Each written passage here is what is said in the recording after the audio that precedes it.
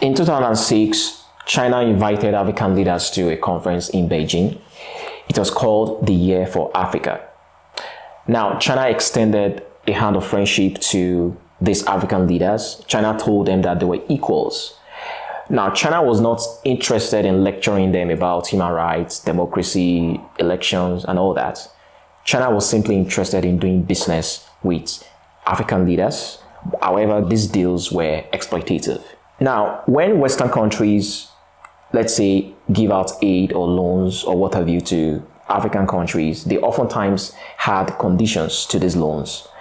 China was not interested in adding conditions other than the fact that they just wanted access to Africa's many mineral resources. This concept has been called Chopsticks mercantilism. One of the ways China does this is to come to the aid of Africa in terms of infrastructural development. Most African countries lack basic infrastructure.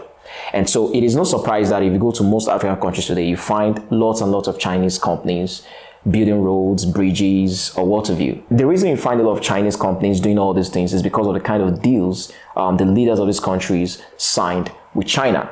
But these deals, like I said, are quite exploitative. They are exploitative in many ways. Number one, they grant China access to Africa's mineral resources. Now, oftentimes these deals are overinflated.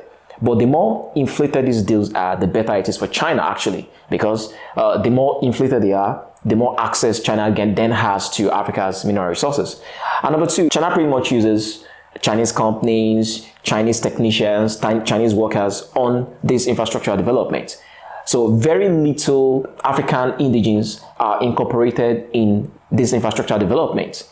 However, African leaders happily sign these deals because they get to score cheap political points with the electorate.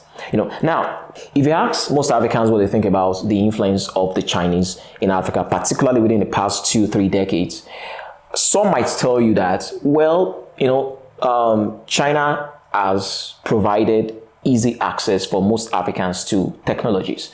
For instance, most Android phones most Africans use, were made in China. That's just a fact. Otherwise, most Africans would not be able to buy expensive phones made in America or something. So the truth is, China has made it a bit easy for Africans to have access to these technologies. But on the other hand, there's also the issue of chopsticks mercantilism. There's also the issue of China's scramble for Africa's mineral resources.